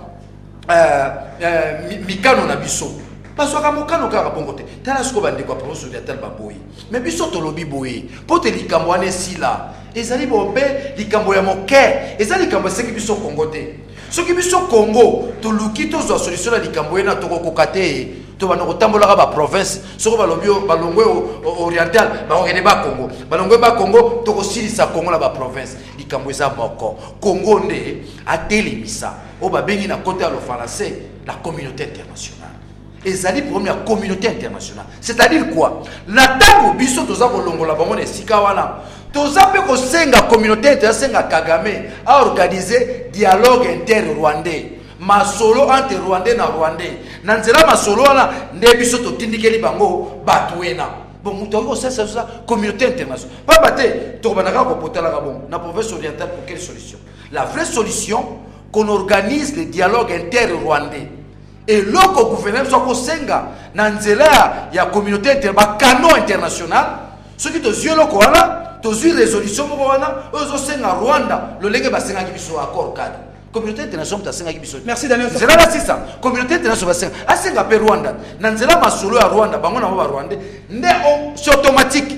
Pendant que bango bazako bongisa milulu na bango pona masolo bango na ba Rwandais biso pe toza kolengela tozongisa bango ba kenanzela masolo nde ikozala kaka pasi ba te baza ba congolais baza ba Rwandais alebojo okotala mona liso nini lolenge mbula matari ya zumokano ya ba FDL ba kena province orientale. Avant d'appeler sa position en Ngaï, d'ailleurs, je crois qu'au Ebiango, pour l'émission à Soukana Kaki dans le Baki, en dehors, il y a, en fait, loin de moi l'idée à vous Moussika Naye, mais démarche Yangoan. Mais malheureusement, Azali honnêteté pour le Baki, c'est ça la position du gouvernement. Le gouvernement démarche Naye Azali que FDLR bazonga namboka na bango. Ça a été dit par le ministre des Affaires étrangères, le ministre il y a information, ou démarche du gouvernement Yangoan. Mais en tant que membre de la communauté internationale, l'État congolais n'a pas seulement que de droits, il n'a pas de devoir. Il n'a pas de droit, il a le droit de refuser, au nom de la souveraineté, les étrangers qui causer mort d'homme dans le pays, qui causer insécurité base à la terre. Mais maintenant, ce que le problème, c'est que la ligne place, là où maintenant les traités internationaux, ils ont créé et ont constitué une contrainte. Ce qui l'État congolais a vu FDL, a zongi bango na Rwanda, sans que la démarche moko ezaki retenue dans le niveau de la communauté internationale, nous risquons d'avoir des problèmes. Moi, je suis contre la localisation, il y a FDLR en dehors, il y a place Bazali. Parce que nayebi que bateau bazali ko causer insécurité. Mais maintenant le problème c'est quoi? Ça c'est pas au hasard aux décisions, c'est l'État. Ce ne sont pas les individus. L'État a aussi des engagements auprès de la communauté internationale. Bon, au hasard qu'on a décision madame bayebi que la communauté internationale dit que na souka na yango, il faut bazongo. Pour bayebi ça qui gouvernement rwandais azwa bango ya boyi. Ce qui te peut dans ma casse et que bango ba koufi à partir de l'Okwana, nous risquons d'avoir des problèmes parce que nous avons des engagements au niveau de la communauté internationale. Moi, le démocratique, il y a un engagement au niveau international. Il y a une guerre il y a 6 jours entre Rwandais et Kisangani. Non, mais la bossalité, ce qu'on a rappelé, le groupe Bemba, na RCD. On connaît ça, pose le baba ou gagner ba Rwanda par quelle voie? Par ses voies on a courage à le battre que c'était le MLC de l'époque na RCD parce que l'Ouganda est qui paraît il y a MLC et puis RCD est qui n'apparaît comme le Rwanda. Ce sont des effets en insécurité. Notre souci le Zalini et Zali que ba FDL base à Namboka na biso parce que nous avons déjà comptabilisé jusque là plus de 6 millions de morts directes sans compter les morts. Mais la démarche, c'est ce que les alignés. Le corps avant de lobby, il faut toujours appeler la communauté internationale. La communauté internationale nous impose, il y a la démarche de délocaliser Bango Tochi, Bango Kuna. Garantie au gouvernement à parce que quelque part, c'est que moi je reproche au gouvernement, les alignés de lobby, nous devons apprendre à communiquer. Ce n'est pas normal que le gouvernement apprenne de positions, les alliés figés. Il faut pas tenir compte de paramètres comme ça. Insécurité quelles sont les garanties au gouvernement pour aider ça que nous battons pas dévier bobote le bango minduki baba ko ipoko bote la mutu mususu munduki basaile munduki tout ça la plus pression la communauté internationale tout se désengager dans ma FDLR parce que tu veux continuer à comptabiliser ba morté mais biso na niveau biso l'élite congolaise to yebake cette démarche il faut la soutenir par tout le monde. Mwamuka okobakisani na argument so ba imboka ekolo Congo démocratique ba ko pesa Daniel Safo analyste politique mwamuka Alain Bolo Joa ya majorité obakisani pour l'intérêt à Congo. Lingina sala vraiment analyse moko approfondie na makambo ba FDLR. Koba mona mboka ba imboka ba kolanda. Soki to remonter na dossier ya tingi. Oyebi ke ba FDLR oyo ba kota na mboka na biso en qualité de réfugié. Communauté internationale ba yana bango ko bazalaki ba réfugié ba kimaka guerre na Rwanda. Pe ba localiser ki bango wapi na tingi. Mais tangu AFDEL oyo eyaki ko bebisa vraiment ba corps ya Rwanda na Lemera bazoya. Il y a des gens dans ce gouvernement ici qui se sont attaqués na ba FDLR ba boma ba. Tout le monde a commission ya Emma Bonina et Yawa. Aldo Ayelo Ayawa na ba tiroir ya Nations Unies bazali na ba rapport wana. Némission na wutu ko sala na yo na tuna kyo est-ce que ba FDLR bazo la kisabiso lelo et ça réellement ba oyo ba kotaka lokola ba réfugié omoni problème sikoyo ba oyo ba descendant ya ba oyo wana bazala ki massacré na tingi na yebi makamuna zolo na 96 papa mais ba se révolter yango moni ba boy ba kende na ba centre wana au risque même que l'obito ya koyoga ke bazika ki na kati ya kawana. Comment un gouvernement responsable toyoga ka porte-parole nous sommes un état souverain mais lorsqu'il y a des criminels sur votre sol vous êtes incapable ya ko la souveraineté na bino. Mais moi je dis communauté internationale soki balingi solution ya komema bango na Rwanda de force. Il n'y a pas supplié oh ceux qui va koufi et les 10 millions de morts va koufi depuis Joseph Kabila à pouvoir.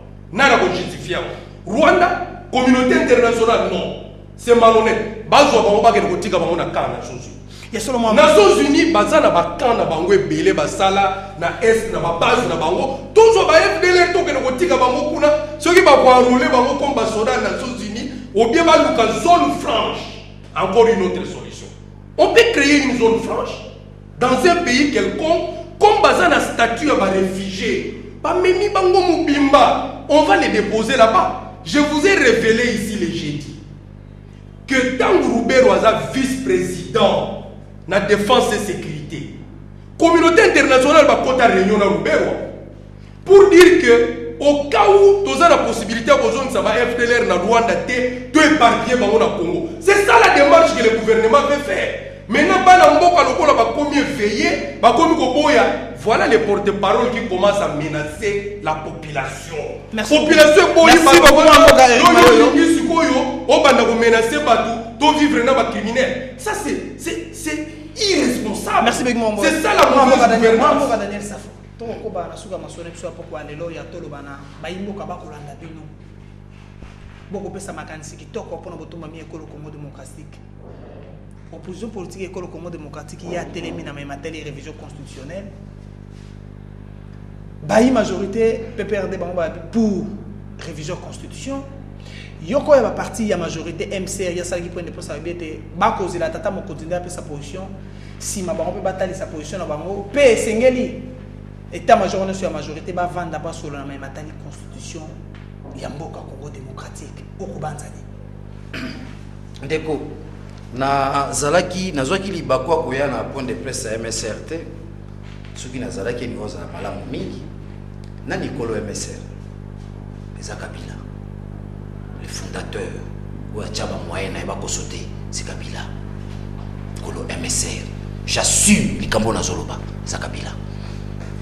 Sikoyo yo tuninga motuna opposition ba boyi ba réviser constitution majorité ba lobby ba neni PPR lobby ba réviser ba msusu ba parti msusu la kata majorité ba boyi mais eza des autres. Moi mboka Richard Mouyeji a lobby était ko le kananze na voie référendum. Non, nous surtout les ba spéculation de konangai. Ngai lelo en tant qu'analyste na ko argumenter autour ya spéculation parce que ça na ba voix oyo et ko kumba biso na kati ya ko réviser constitution soit yemoko mokonzi mboka soit population à 5 ba réviser constitution soit les deux chambres soit bah soit tu en as ba lobité batu bocha biso ka lobili bisanga za individu naza respect pas naza professeur ikosala bisoni eza ba spéculation mouye jaloba sont des spéculations peuple a telemingi akozela bango peuple congolais akozela bango bakosi peuple akozela nani oyo akotelema mpona réviser constitution eza Kabila eza parlement to eza nani peuple akozela yoyoki batelemi balobeli yango bakomeka bakointimide babenga yango na biso bana kisasa babenga yango ndeti kaka bamfuka te bato bafongoli miso bato bakomi éveillé bato bakomi fatigué les gens sont fatigués le peuple est fatigué ou les analyses na ngai eza spéculation nakoki koargumenter autour ya spéculation mwana mboka mokolo bakochange constitution benga ngai la roya. Merci beaucoup Daniel Safouma. Pour la l'émission, ils ont spéculation. Non événement. Est-ce que l'opportunité zali pour constituer un Congo démocratique yango za la réviser attaque au article 218 yango pesi pouvoir. La constitution est un document où yo bat ba élaborer pour créer cadre fonctionnel il y a l'état. So tu as vu que l'origine de la constitution est en 2006. Ezali, ancien belligérant, ndé bakendaki na Santiti, ba na constitution en 2003. À partir de la constitution en 2003, ba sali constitution en 2006. Bato ba ebingai. Depuis la constitution est passée à un référendum, na combattant toujours. Attends, vous avez la majorité présidentielle. J'ai toujours combattu cette constitution. J'ai été arrêté. Tabassé pour la constitution. Attends, vous avez la majorité. Voilà, comme la majorité. Na lobby depuis la constitution, j'ai combattu cette constitution. Bon, le long parce que pour Nangaï, mon tour est allé pour aller opportunité zali pour réviser la constitution. L'opportunité zalaka déjà depuis le départ. Depuis San City, l'opportunité à modifier la constitution zalaka. Parce que premièrement, ce qu'on a exposé des motifs. La philosophie est allée reprise, la philosophie à belligérant. On gagne dans mon akango, n'a accepté tout simplement parce que la majorité de la population, en tant que républicain, j'ai accepté. Mais n'a souffert dans la constitution parce que nous avons attaché à la faiblesse et belé. Ce qui va modifier Ango, n'a pas disposition où est dérange à Kangai, je serai très content.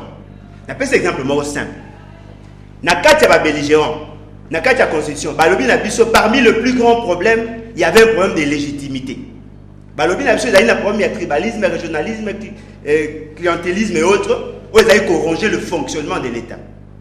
Mais dans quatre mesures où la Constitution, il y a beaucoup de contradictions. Pour vous le diagnostic, il y a bien, mais thérapie, vous proposez, elle est contradictoire avec la diagnostic. Voilà pourquoi moi, il dit qu'il y a la faiblesse. Alors, par rapport à la modification à l'ELO, ce qui va modifier, par exemple, la représentativité au sein du gouvernement. Un gouvernement qui a 44 personnes. La province de l'Équateur qui a 36 membres. La province de l'Équateur est représentée par un seul individu. C'est ça la représentativité. Mais on n'a pas tenu compte du poids politique, du poids démographique, du poids géographique. Il n'y a pas de problème. Voilà pourquoi moi je dis nous devons être sincères. Si nous voulons résoudre le problème du tribalisme, on doit revoir cette constitution.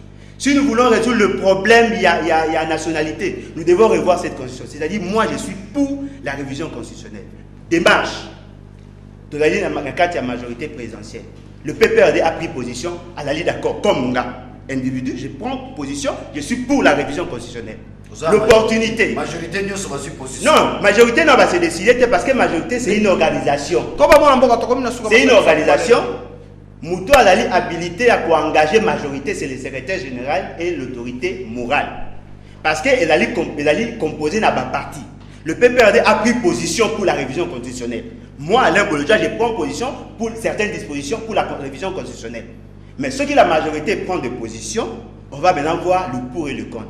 Et là, on a reproché à la population que la révision constitutionnelle, c'est anticonstitutionnel. Tout le monde est menacé parce que la population, la population a boyi yango, moutumo a jugé population, parce que l'article 5 donne à la population le droit. Il y a aucun. Si on a même organisation, ça s'intéresse. Comme déjà pour ça la campagne pour le non. C'est-à-dire, si nous sommes engagés, nous sensibiliser pour voter oui ou non. On a déjà ça. contre-campagne. On va gagner. On va pousser, il y a voter le non. Merci beaucoup. C'est-à-dire qu'ils sont déjà dans les débats. Merci beaucoup. Dans processus, alors que c'est les noms. Merci beaucoup. Eric Mayoyo. Article 218, il y a si voix sur constitution à la modifier, à la réviser. Beaucoup de points pour ce politique et le Congo démocratique. Bisso, Front de Libération Nationale du Congo, na président na biso Kapende Likani, position na biso yango. Ko réviser constitution eza malade.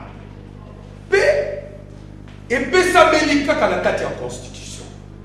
Mais constitution yango moko lobby boye. Ba ko réviser constitution soki eza ko favoriser paix na sepeli ne loko moko ndekolanga ale a lobby ya. Problème ya tribalisme. Problème il y a représentativité. Au monde, il faut rétablir l'équilibre. Dans la net nakati ya gouvernement, au moment où basoi il faut bazui 90% ya gouvernement. Or constitution zo défendre biloko wana. Ce que zali par rapport ya ko favoriser paix, tranquillité, na émergence ya mboka, biso Front de Libération Nationale du Congo to applaudir. Mais yoka là où les bas blessent. Ils sont contre révision de la constitution parce que Tolingi Kakateba revoir non. Là où les bas blessent, tu vas payer ses positions. On l'a dit de Komina. Alors, Bisso pour revoir la constitution qu'on les veille ou pas pour conserver le pouvoir.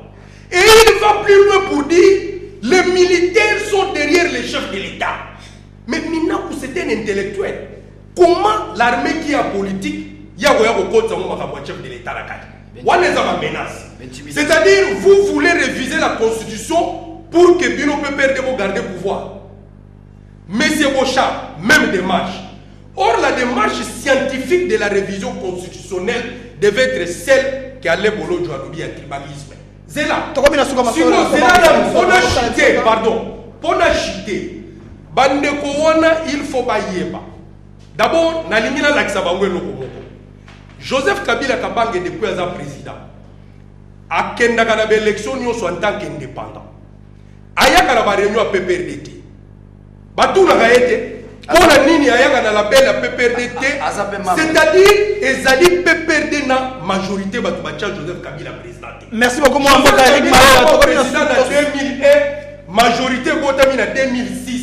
PPRD botami na 2003. Tozela ndenge Daniel Aloubi. La voix autorisée, c'est le président, c'est le parlement, c'est la population. Merci beaucoup. On menace wala bango bazo sala. Ba yeba ke tangu batu ba kufaka, ba guerre bimaka, mina ba bundaka te, ma bocham abundaka te. Ce sont les enfants d'autrui qui meurent. Merci. Allez, Bolojo, on va 2 minutes. Allez, Bolojo, menace, il a qu'on dans l'opposition. L'article 5 est clair. Dans le bureau Bolojo, il y a non,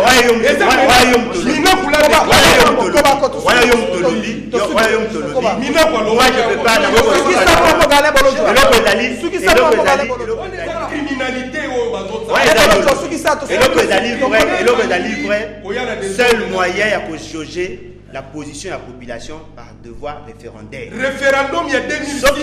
Non, mais la constitution ne peut pas être un document figé et doit s'adapter à la réalité. Pour la démocratie, oui.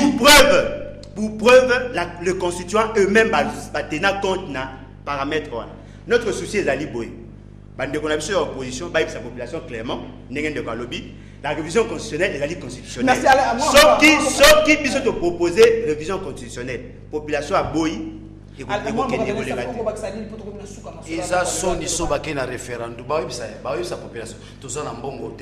l'argument. Il y a changer constitution.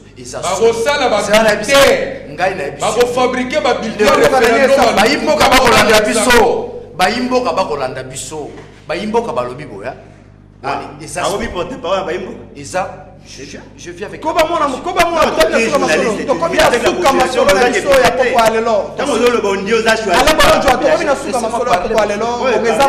qui n'a jamais été vulgaire, mais tu es vulgaire. Laissez-moi parler. Contredis-moi quand on va te donner la parole. tu n'as jamais été vulgaire. Tu n'as jamais été vulgaire. Sois calme, laisse-moi parler. Bandeko baimboka ba Rolanda lobaki ya za vulgaire. Ala ki sakaza mutu. Bon, na lobi boya, population debo to kosala ezala ba opposition, ezala majorité, ezali ce qu'on appelle bande balobi na philosophie débat à irrationalité. Irrationalité pour ni les a fondé sur la spéculation. Baimboka balobi toko luka to mona nani wa banda pena lobia ngai na réviser. To pesi mino ba ko réviser te Kabila a le droit, on a conçu PC Ningisa en tant que président de la République à réviser la Constitution. C'est pas trop vulgaire. C'est démontrable, c'est démontrable. Laissez-moi terminer.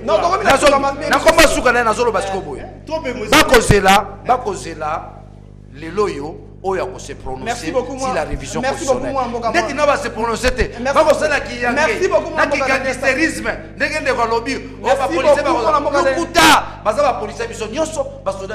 Merci beaucoup, mon Danes. Ça y est, ma femme vous avez belé, vous avez tendonné vino et pour que l'on a maçonné vino à Tolobana. Qui va imboka bango va passer ma candidature on a été l'actualité politique et le Congo démocratique. To beta qui solo insécurité au Zingi ngoma mokondi Kinshasa révision constitutionnelle ma solo à relocalisation il y avait FDLR dans la province orientale. Ceux qui vont se payer merci mingi na Anthony Moubi, merci na Rodi Louadio, merci na Gim Poutou, mbote mingi na Florent Taban na Congo Brazzaville, pe na mobali na EP to kabola mawa. Na libota ki simba ngo image au bato kufu sa maman na bango qui met encore na mbota. Nos condoléances.